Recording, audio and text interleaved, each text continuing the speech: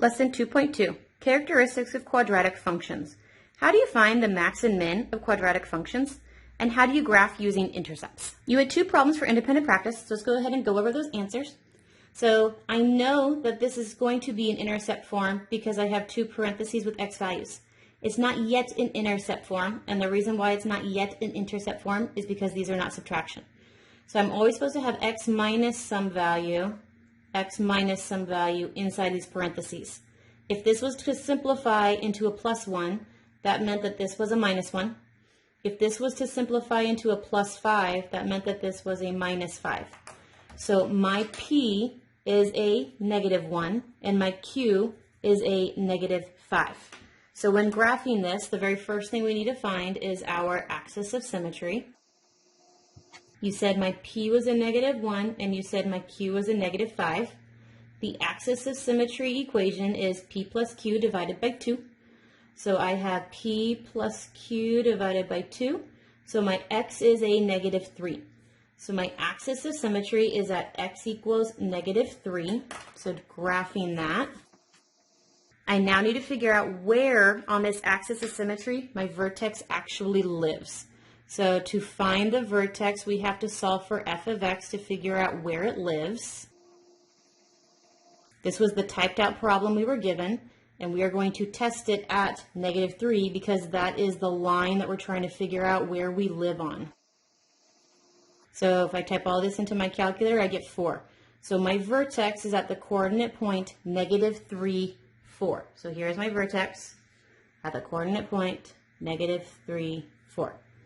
The last thing, because it's an intercept form, we automatically already have our x-intercepts. You said my p was a negative 1, so my intercept is at the coordinate point negative 1, 0. So here's my negative 1. You said my q was at negative 5, so my q coordinate point is negative 5, 0. So here's my negative 5, 0. We have 3 points, so connect it with a smooth U shape. Now we have our parabola.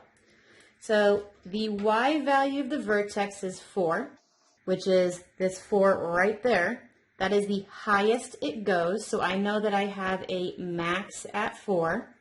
And that also means my y is always looking at my 4, and my u is always below it, so my u is always going to be below. I'm always forever to the left and forever to the right, so my domain is going to be all real numbers. And these 4s came from the vertex right here at 4. Your last independent practice problem. This is supposed to be an intercept form because I have two parentheses with x's in it. It's not currently an intercept form yet because one of our values is not subtraction. So we need to change it so that we are always subtracting. So I know I was subtracting a 4. What would I have been subtracting to where it simplified to a plus 2? This would have been a negative 2.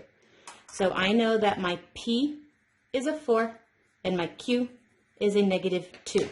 So the very first thing that we need to do is we need to find our axis of symmetry. My p was the 4, my q was a negative 2. We have the axis of symmetry equation, p plus q divided by 2. So 4 plus negative 2 divided by 2. So my axis of symmetry is at the coordinate point, or is at x equals 1. So I need to graph the line, x equals 1. So here is my line at x equals 1. Now where on this line does my vertex live? We need to find our vertex by solving for f of x.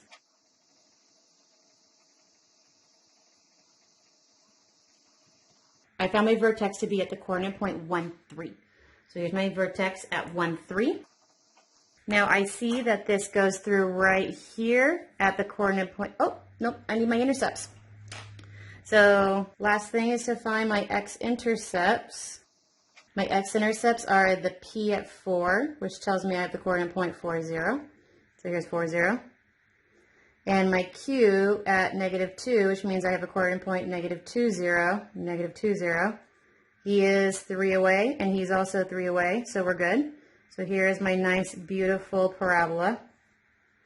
Now I can see my vertex right here at 3. It's the highest it goes, so I have a max at 3, which meant my y is also looking at the 3. Everything lives below, so I was less than or equal to. So this 3 line came from this 3, and that's how we got these 3's. My intercept, you found my intercept to be the coordinate point 4, 0, and negative 2, 0. I go forever in the left and forever in the right, so my domain is going to be all real numbers.